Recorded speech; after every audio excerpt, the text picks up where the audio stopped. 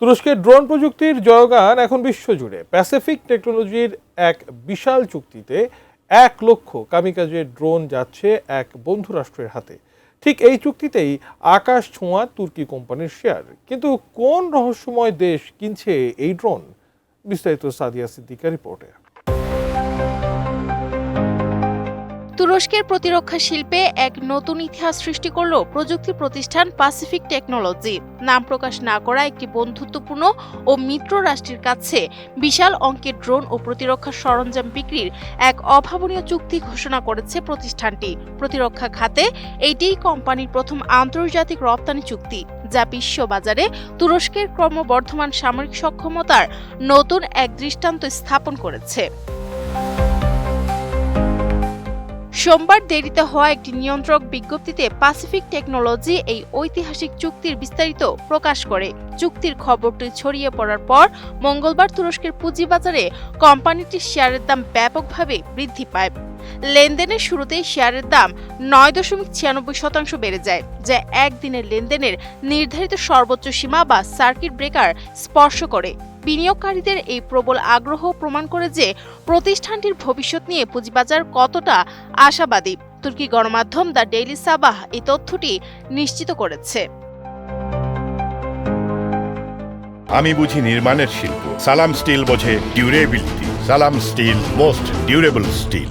এই বিশাল চুক্তির আওতায় রয়েছে আধুনিক যুদ্ধক্ষেত্রের জন্য অত্যন্ত কার্যকরী কয়েক ধরনের ড্রোন এবং স্বায়ত্তশাসিত ব্যবস্থা।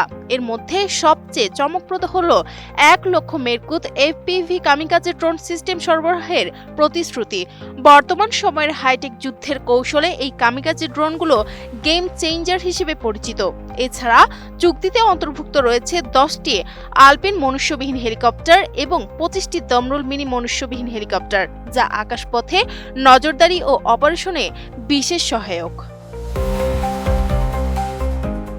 এর পাশাপাশি 500টি ডেলি ট্যাকটিক্যাল কামিকাজে সিস্টেম এবং 500টি কোরগান স্বায়ত্তশাসিত গ্রাউন্ড সাপোর্ট ও নজরদারি ইউনিট ওই মিত্ররাষ্ট্রকে সরবরাহ করবে প্যাসিফিক টেকনোলজি। বিখ্যাত ব্রোকারেজ হাউস গ্লোবাল ম্যানকুল দেগেরলার এই চুক্তিকে অত্যন্ত ইতিবাচক হিসেবে বর্ণনা করেছে। তাদের মতে, প্রথম প্রতিরক্ষা রপ্তানি হিসেবে এটি একটি বিশাল মাইলফলক।